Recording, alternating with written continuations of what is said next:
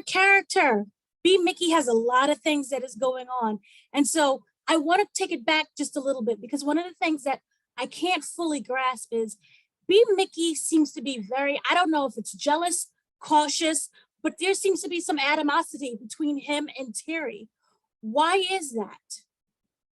Because he's been giving a position and a spot that is deserving of Terry. You feel what I'm saying? And I feel like that's where you kind of see the animosity and jealousy take place between those two characters. Because B-Mickie was longing for this position all the first season and never was given it. And in a way, he feels like he's not deserving of it, mainly because Terry left and Terry's not there for him to compete against and take from. So now it's given to him in a way where he didn't really think it would have been, but now it's a way where he's trying to accept it while also crossing those treacherous barriers of playing the both sides with Detective Bryant and Meech, while also having that second in position with BMF. You know, I feel like that's where the animosity comes with Terry too. Him coming to find out that B-Mickie is doing some iffy things that really shouldn't be happening, and that I feel like that's the reason why Terry came back. You know, to grab and take control of the reins a little bit more, because B-Mickie is always be missing. You know, and he's supposed to be second in command. He's supposed to be doing this and doing that, but where is he? And I feel like that's where the animosity comes from on his side. But when it comes to B-Mickie, you know, it's a little bit of cautious. You know, it's a little bit of cautious energy with him.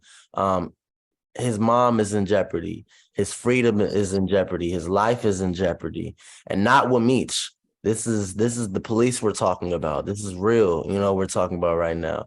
And so that's where the energy is coming from on B-Mickie's side. Was him not going to the right away? No, was him not going to Meech right away kind of more of a fear that he had with, you know, Meech turning against him? Because if you're truly brothers like that, why wait? Or was it because of the mother situation? I feel like there's a lot of trust that isn't there. I feel like that's what it is. And Detective Bryant had pulled some strings of that trust and made B-Mickie lean more towards him because his mother was involved. Meech had never brought up the B-Mickie's mother, and that is his first, you know what I'm saying, importancy in his life. That is his main goal, you know what I'm saying, his main objective, to make sure that she's okay, to make sure she's solidified in life and she's healthy. You know, so when Detective Bryant said, I'll move her to another hospital if you do this, and this, then that's where the cautious energy comes from. Okay, I'll do this, and this, but only for my mom, not for me.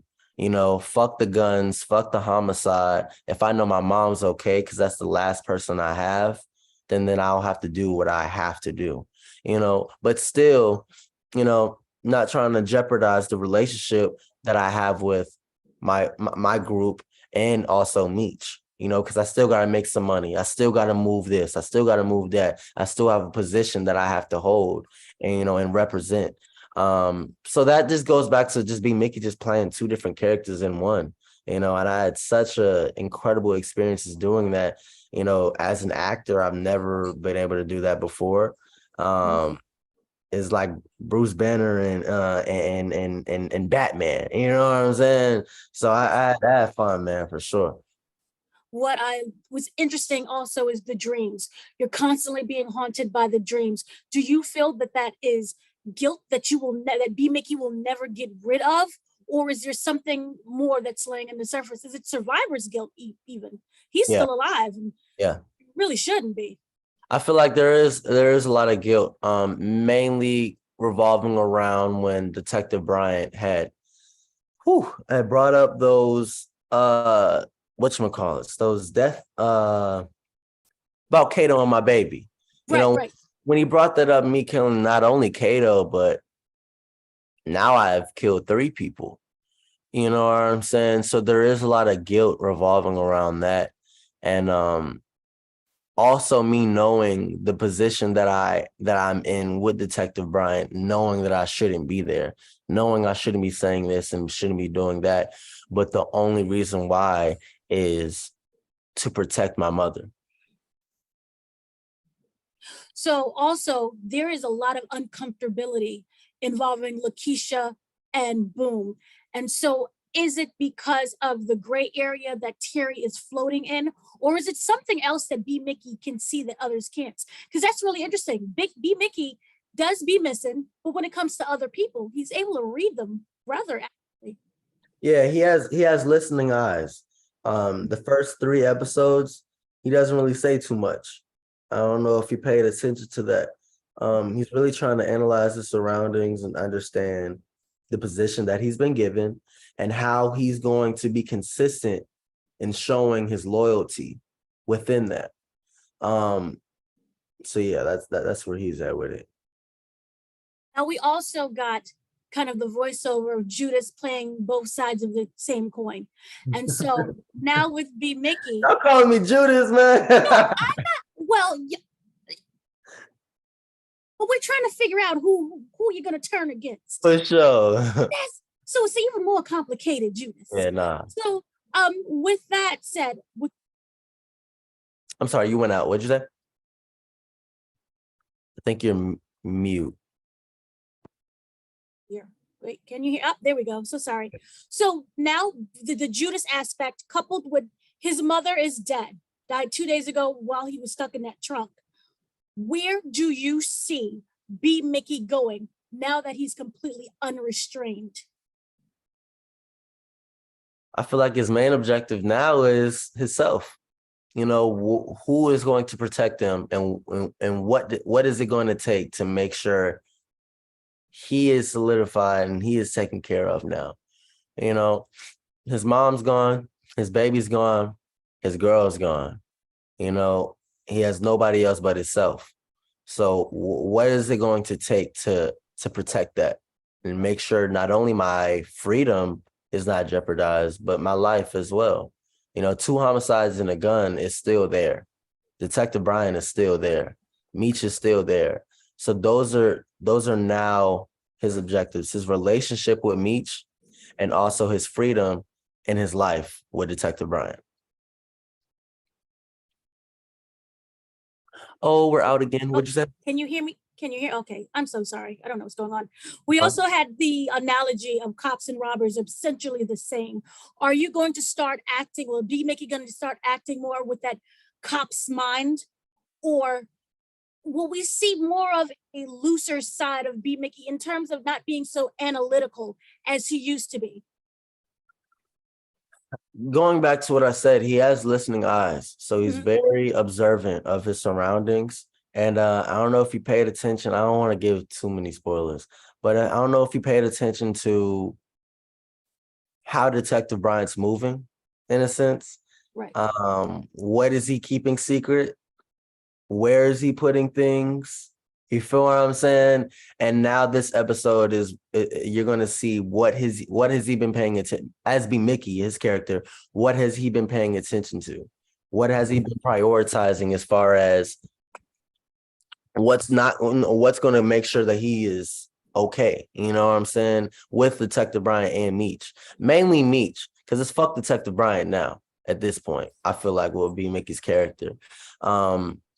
So yeah, you're going to see how he's been using his eyes more as a weapon and taking advantage of that. With that said, this will be airing tomorrow, so we can kind of talk about that. Okay. You always knew, B-Mickie always knew there was a son. You did the whole thing with beating up the bullies. Yeah. Why was that not taken into account when you entered into the house, or were you so separated and involved in your emotions that you didn't think of that?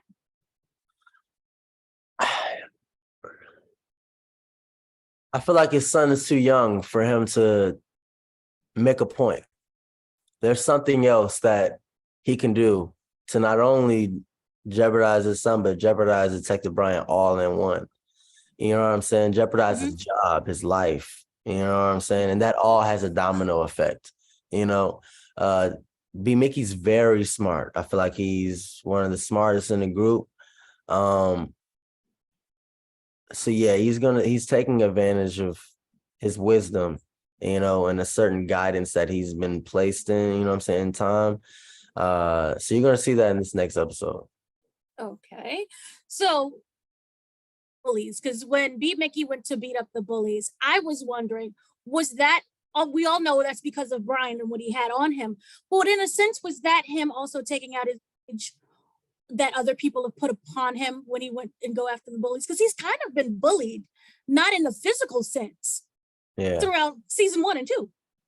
There's a lot of psychological warfare that he's going through. I don't per se that he was taking out his energy on the bully, but it goes back to the objectives that was placed in front of him to get to where he wanted to be, you know, and just executing. That was his main goal. Detective Brian, you need this? Okay, boom. You need this? Boom. Because I know what I need, you know? And that was the main thing. I feel like that's why he beat up the bullies and made sure he made an example out of him, you know, to go back to Detective Bryant and show him that I'm not Meech. I'm not gonna pussyfoot around. I'm not gonna make you think this is that. If you need this out of me, okay, cool, because this is what I need out of you. So okay. Going back with that car situation, when he was in the car with Meech said, "I'll always have your back." Did B-Mickie completely believe him?